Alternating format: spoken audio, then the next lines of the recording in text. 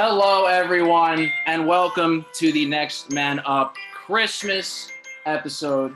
I am your host, Matthew Russo, and today we are going to dive into a little bit of soccer. We're going to dive into the Premier League today. We have the first guest on the podcast on the YouTube channel, Mr. John Healy. John, say hello. Hello, guys. So John's going to be here with us today. We're going to talk a little Premier League. We're going to start off with the games that occurred today, but we're not really going to care to talk about Burnley and Wolverhampton. Wolverhampton got the loss, Burnley 2-1. No one cares about that. What we care about is that Chelsea took away 3 points today with a 3-0 victory of a clean sheet back at the bridge. I'm going to turn it to Connor, the other Chelsea fan. Connor, what did you think of the game today in general? Honestly, I'm happy with a 3-0 win, but if the way we played, we did not deserve to win 3-0. We looked kind of shaky at times, some bad passes, some bad turnovers. But hey, a win's a win, and we had some players who played good, such as the likes of Tammy Abraham, Thiago Silva, all looked good. Werner has to. I've been saying it to you guys all this time. He needs to finish. It's got to be improved. 100% He's got to finish. I have the same exact feeling. Thiago Silva played a great game today. Werner got an assist, but he did not play a great game. Overall, Chelsea played better first half and eventually held off West Ham enough to seek themselves out 2 more goals, both from Tammy Abraham, who is hopefully back in good form. But Chelsea are in the right direction. They are now 5th. Hopefully they'll maintain 5 or 6, go on to beat small club Arsenal on Boxing Day. Now, we're going to move on to the January window. It is right around the corner because I know that Man U is going to have a relatively loud January transfer window. I wanted to refer What to – else is new? Yeah, what else is new is right. That's Sean, it's not old news at all. I'm going to revert to the Man U fans before we get to Sean because I feel like Sean can have some good transfer insight. But just for Man U, they're going to have a loud January. What do they need to improve? They're already playing well, but what are they going to need in January to keep it going? I'll open it to Tom and Nick and John. Yeah. So, I mean, Healy's a man when it comes to, he knows exactly what Man U's thinking and where to and like in this mindset of making transfers. But from what I've seen, Man U makes me sad this year. Going to be honest with you. They are in 3rd, but I'm a very sad man watching them play these days. You are quite privileged as a fan, aren't you, Tom? But listen, it's an honor to be a Man U fan, but, this season, they have not been playing their best soccer so far, which is honestly crazy because they're sitting at number 3 right now. So if they can get in form, man, I think we could be looking at the title this year. But anyway, let's stay on topic. Man U's defense looks disgraceful from what I've been watching. The only man that looks good in there is Wan-Bissaka. The other 3, Lindelof, Harry Maguire, and Alex Telles has been all right, but Luke Shaw looks terrible. We need to make some adjustments in the defense, and I still think we need a striker because I don't think Anthony Martial's the answer up there. So Healy, So if we're improving defense and maybe even another striker for Man U, I mean I don't know about Cavani. I guess he hasn't been doing much for them. Who are they looking at in terms of bringing in January? Who are they bringing out? Anyone in January as well? Are they kicking anyone out? Well, obviously defense is the option. I think we're looking at Alaba from Bayern Munich. He goes for free in the summer. And I think that's a summer option. I don't think it could get done in January if we're looking good, but I doubt it. We're looking at a Venezuelan center defensive midfielder. Very good. I forgot what club he's from, but he's playing the Venezuelan National League team. And I think he's like 18 or like 17. Very good. But if I was going to bring in a player, obviously the center backs, I mean, Harry Maguire is an absolute travesty. I've never seen worse than the Chuckle Brothers, which is it's quite Phil a Jones turnaround from Chris Smalling. Started. But I think that the reason why Aaron Wan-Bissaka and Luke Shaw look so awful is because they tuck in after every time because they're too afraid of the ball over the top because Harry Maguire and Lindelof are like the slowest people I've ever seen. Right. So like every time you see Aaron Wan-Bissaka, whenever there's a ball over the top, you see him like holding hands with Lindelof. And I think by bringing in maybe a faster center back, I think you see all across the back 4. an improvement from the. I think that Martial. I think he had the red card and then he got injured, so he's really only played like three or four Premier League games probably, Right. which in the grand scheme of things is a lot. Cavani got injured and he's also probably facing a ban for the racist things that he said, whatever it was, but. I didn't see Yeah, it. What you want. I agree with you, Haley. If they bring in like a better center back, one with more experience, I think it can work. Like look what's going on at Chelsea. They brought in Thiago Silva, and you've seen an improvement in Zuma. Reece James is playing really well. Chilwell's kind of getting there, kind of not, but He got hurt today too. Could be out a couple yeah. weeks. So I definitely think if you bring in a new center back, I think you can make a huge difference in the defensive shape. Right. I'm gonna hand it off to Sean. Sean, I want your opinion on who's making moves in January when it comes to the Premier League, and if you had to guess, like, what are they gonna be? Who are gonna be the buyers in January for the English league? All right. I think Manchester United, as usual, will definitely end up buying people. Sure. I think if they go for someone, or who I think they should go for, is that center back from Leipzig, Diet Upen Campo, or however you pronounce his last name. The young guy, he's so good at soccer, and Manchester United just needs someone. And Healy actually gave me a great point. I wanted to ask a question now for all the Chelsea and Man U fans in the chat. Of course. Sure. Who was the worst transfer, Harry Maguire or Kepa? Both huge money moves that have just failed spectacularly. Nick, give me your answer first, because I'll give my answer next, because it's probably gonna surprise all of you. Between Kepa and Harry Maguire, who's the worst of the transfers? I gotta say, and I'm excluding Man U bias, Kepa. I just think that Harry Maguire up until now was actually, a productive center back. Kepa, I feel like, never really got into the swing of things and always kind of left Chelsea like to hang out to dry. He made a lot of mistakes, and I don't think he was obviously worth what his transfer was. So I don't think they're both, they really both didn't work out, but I think Harry Maguire edges Kepa a little bit. My other team that I think is going to be a buyer in this window, or theoretically should be a buyer, even though I don't know if they'll have the funds available to be one, is Arsenal. Yeah, they desperately need some new blood at that club. However, I am so pleased to announce that today, in fact, Daniel Farke, the Norwich City coach, came out and said that we are not selling Buendia or Cantwell in this window, and they were both Arsenal transfer targets. So that's huge. Very pleased about that. Great stuff. Go Norwich. There we go.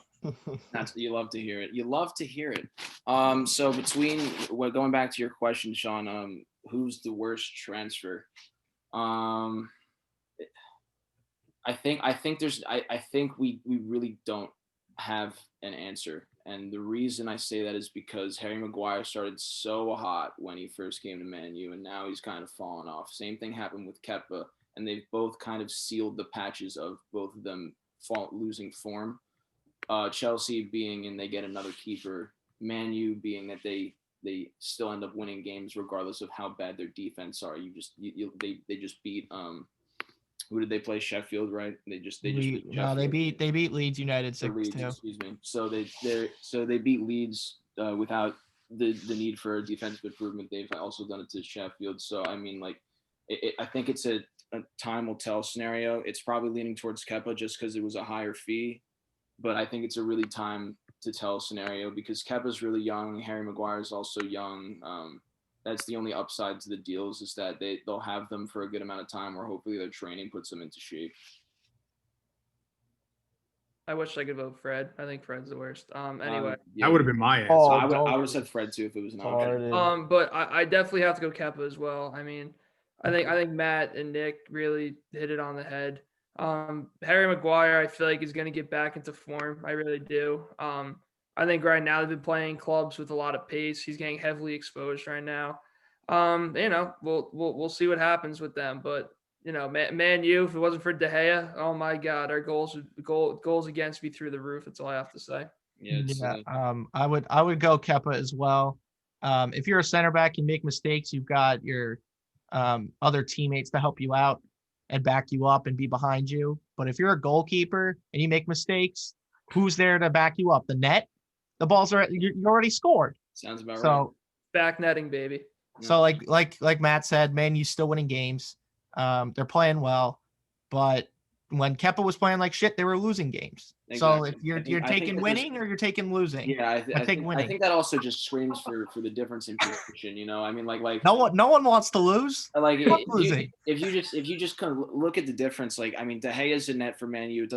He's still stopping goals. Like it didn't matter what defense Chelsea put out. They could have had four legends at the back. If a shot went to net, it was fucking going in. Like it was horrifying. Like there was never there. It was more likely that it would deflect off his hands and go in the net than it would to be saved. So if it didn't matter what defense he had in front, if they got shots off, which every team in the Premier League does, they get shots on target.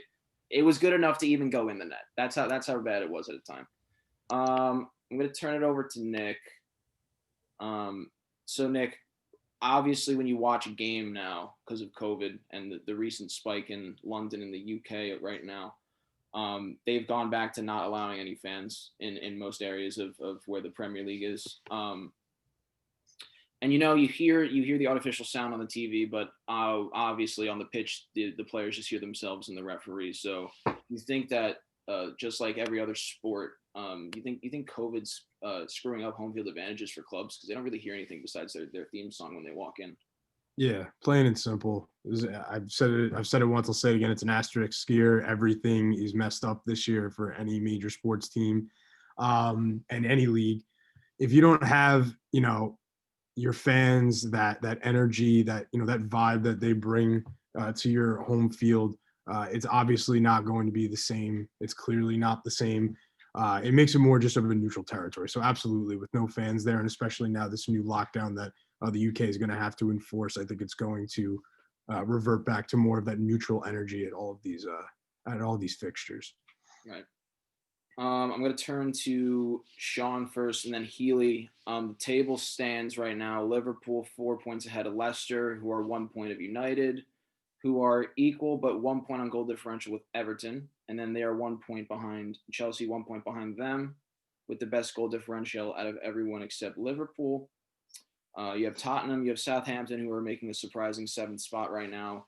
And you have Manchester City right behind him. So the reason I went all the way down to 8 is because Man City's in there. Obviously, they have a shot to, with a coach like Pep Guardiola, with the squad and the depth that they have a very, very easy opportunity to kick someone out of the top 4. Sean, it's Liverpool, Leicester, Man United, and Everton. Do you see that remaining as the top 4? You see a couple shifts, one shift. What are your thoughts? Honestly, I think one of the teams we're not talking enough about, and again, a little bit of a dark horse here, but they're 2 games behind most of the league. And if they win both those games, they're second place right now. It's Aston Villa. Oh my. You got a guy like Grealish on your team, you can't count them out. They've been very surprising this season already.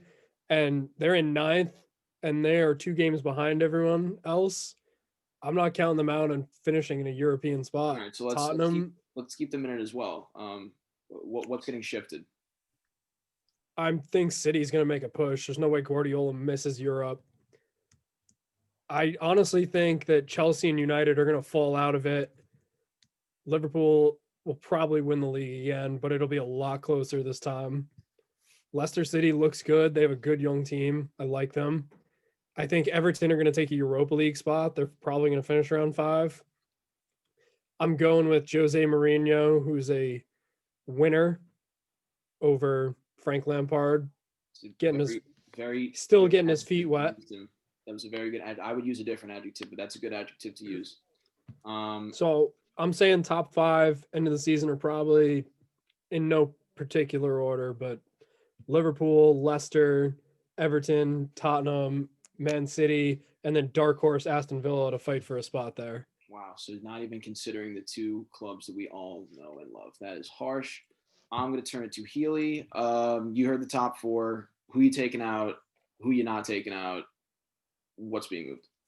I think this year especially is pretty hard to predict. because Well, we're not experts here. We're average guys with sharing their average takes on all professional sports. it's an absolute disgrace how no one has been able to catch Liverpool with all of the injuries that they've had. It's an absolute disgrace. As a Manchester United fan, I'm disgusted with my franchise that we cannot be above them when they have had how many players? They play. Their back line consisted of more midfielders than actual defenders. I mean, by God, but whatever. If I had to choose a top 4, I'd say that Liverpool, I hate to say it, but they'll probably win it because Klopp's doing what like Fergie used to do with United back in the day when like we'd have like 4 injuries, like our main players, and then he'd throw in like some rando player and we continue winning. So Klopp's doing that right now, which I hate. But so I think He's working a Liverpool good system. would probably be up there. I think that United will be in there. I think Chelsea would be in there because the only really missing piece for Chelsea is that you guys got to get your attacking players to really start Give him a kick in the ass. play on the same pitch, and you got to. I mean, realistically, the only thing holding you guys back once those attacking players start getting going is Frank Lampard. But anyways, and then I think Leicester have a shout, but they're in the Europa League. You know, like they don't have the depth for the Europa League. Like I'm concerned about like Leicester. They in the Europa League, depending on how far they go, they're gonna struggle. I mean, you see it with Wolves, but I think Everton will probably sneak in there. Everton look good. Right. Ancelotti's a really good manager. So only one you take out is maybe Leicester, but too close to call right now. Yeah, I think it depends if Leicester stay in the Europa League. Like if they lose next round, I think they'll be a shoo-in. But if they don't have the depth to do Europa League Thursday and then Premier League games. Too many games. I'm gonna say Liverpool will take it again. Like to hammer Healy's point in once and for all. Klopp's got a system in there where it doesn't matter who's freaking in the game. They got 4 injuries. They throw 4 people in there. They're winning football games. He's got his players believing in his system so wholeheartedly that they're having Joe Schmo score goals. So Liverpool, it doesn't matter about Mo Salah and whatever speculation that is. That's a load of garbage. They're going to win the league again. I'm going to say that City ends up. It's going to be 4 or 5 for them. I'm going to throw Leicester out. I'm going to put Chelsea in, and I'm going to put Man U. I think Everton misses out on the top spot, and maybe it's City, and then Everton's getting Europa League. I don't see Mourinho doing anything important. Jack Grealish is only one man on an Aston Villa team. So I'm going to say Liverpool, in no particular order except for Liverpool, Chelsea, Man U, and then Man City. We'll go the top 4, and then it's going to be. It'll probably end up being Leicester City at 5. I think Everton will fall to 6. Arsenal will get relegated. Banter. Just a joke. Banter. And then Tottenham, I don't see a big move for there. I'm going to turn to Tom. Top 4. You've heard it. What's changing? What's not changing? You guys are snoozing on Tottenham. I think they're going to be in the top 4 this year. Tottenham are good. They are good. I'm not going to – they're good. I got Tottenham in my number 2 spot, actually. I feel like they're going to crank it up. I think Liverpool's going to take 1. I think Tottenham 2. I think Man U is going to take 3 because Man U is known to play better in the second half of the season, and they're already winning games early on. Last year, I don't even know how many points they had last year. It was a joke. They played so bad last year. And I had Man City 4. Chelsea 5, Leicester 6. God knows where Arsenal falls on there. Let's hope they're not relegated. So Tom, I gotta tell you. Yeah. It's not working, but you've made the hot take tally. Tom is on the board. I don't know why it's not working. It's really dumb. Oh, I have no sound on. There we go. I had to mute it because of the ad on YouTube. But you've made the hot take tally. Tom is on the board with 1. I mean, I think it's a hot take to say that Tottenham end up making a run for 2. I don't think that's a hot take at all. I don't think it's a hot take at all. I think Tottenham are a good team. I don't think it's Tottenham are good. And you just said earlier that Jose is a great coach, or was that Sean who said that? I think Jose's a proven winner, and you got one of the best strike partnerships in the Premier League with Son and Kane. Dude, he's They're nasty. I'm not gonna. All right, that maybe it's okay, Tom. You need a better take. I have a few things to say about the men in blue. All right. First of all, please to God, play Havertz in his correct position. Havertz is not a center midfielder. He's an attacking midfielder. He should be playing the same way that Bruno Fernandes plays on Man U. Hey, don't talk about my players like that. I'm saying they should be playing the same role. They should, they should be playing the same role. No one can play like Bruno Fernandes. Okay, not even Prime Iniesta. But anyway, Timo, he doesn't have the goals and assists to show for it. He should be scoring a lot more. But if you look at his off-ball movement, it's great. He's drawn a few penalties this year. He's fast as fuck. Sorry, excuse my language for the children listening. It doesn't matter. It's an explicit show. I do that all the time. I'm trying to think who else. Injuries. Pulisic has missed a bunch of games. Ziyech is hurt. That's the one guy that can't get injured anymore. Pulisic. You can't have him hurt. Yeah, anymore. He can't. He needs to stop getting injured, or his career might take a hit because of it. Yeah. But anyway. I don't know. Sean, Nick, and Healy, this become the Chelsea show? I forgot. I thought we were asking. No one cares. No one likes you guys. I mean, I'm happy to listen to them talk because nobody else talks about Chelsea. So, like, you got to let somebody do it. Right. Because Chelsea fans don't even know they support Chelsea. You know? Nick. Hot take coming in. I think West Ham could make a run. Oh. That's a hot take. Not after how they played today. West fucking Ham, that unbelievable. I'm just gonna tally that. I need we've played West Ham 8 times in the past couple of seasons. We've only beat them twice. That's because Chelsea's terrible. Yeah, but they're a good team. You beat them this year. It's the London rivalry, Nick. It's the London rivalry. Nick, good lord. I want to get to the NBA. We have to preview some games. Declan Rice. Before we go. The Moose. Oh my God. We have to preview the Christmas games. So, Nick, give me the top 4. Who are you switching? Who are you taking out? What's going on? Give me a brief explanation because we're going to move on to the Christmas games. You actually got more than we thought we needed to cover with the Christmas games. So, I would definitely say Man City is going to make a push. Eighth place is not represented for them right now. So, Man City will make a push up there. I think Liverpool will win again. I think Man U is a good shot to secure 3rd. I don't really think they're going to be going anywhere. I think Chelsea looks great, and they really have everything together as opposed to the last couple seasons. So I think they're going to be in there as well. I'd say Leicester and Everton are going to duke it out. Pretty much the same thing that everybody else said. I actually think that Everton's going to take that 5th spot. I think Leicester has a tendency to fall off. So if I had to put it, it would be in no particular order: Liverpool, Man City, Man U, Chelsea, and Everton. Okay. So a little shift over from soccer now. We got NBA starting this tomorrow, actually. Me, Tom, and Connor are in a fantasy draft tonight. Big implications. But we're going to go to the Christmas games. Oh, yeah, 10:30. We got a big one. Comeback kids are drafting a great team this year. But we got 5 games. The Pelicans against the Heat. Warriors taking on the Bucks. The Nets will be taking on the Celtics. The Mavs taking on the Lakers, which I think will be the best game. And then we got the Clippers and the Nuggets. I'm going to go straight down the line based off the time of the games. No one's going to be watching this game, Pelicans Heat at noon. But I'll be watching it. Oh, are you? That game will be on TV. It's going to be NBA all day. Oh, all right. Well, yeah, it's on ESPN. Honestly, because I'm hosting, I might not even wake up in time for the game. But I'm going to take the Heat. I think Jimmy Butler is out to show everyone why some people in this podcast think he's a top 10 player. I'm going to go with the Bucks. I don't think it's ready. The Warriors are not ready yet, and the Bucks have Giannis coming back. I'm going to take the Nets just because I think highly of them. If they're already good enough, they get Kyrie, they get KD, it's going to be a wrap. Going to be the best game of the night, which is why it's probably on 8, Lakers Mavs. I'm going to take the Lakers. If LeBron plays, it's the Lakers game to lose. As long as he plays, they're going to win. And then Nuggets Clippers, I'm going to take the Nuggets. Healy?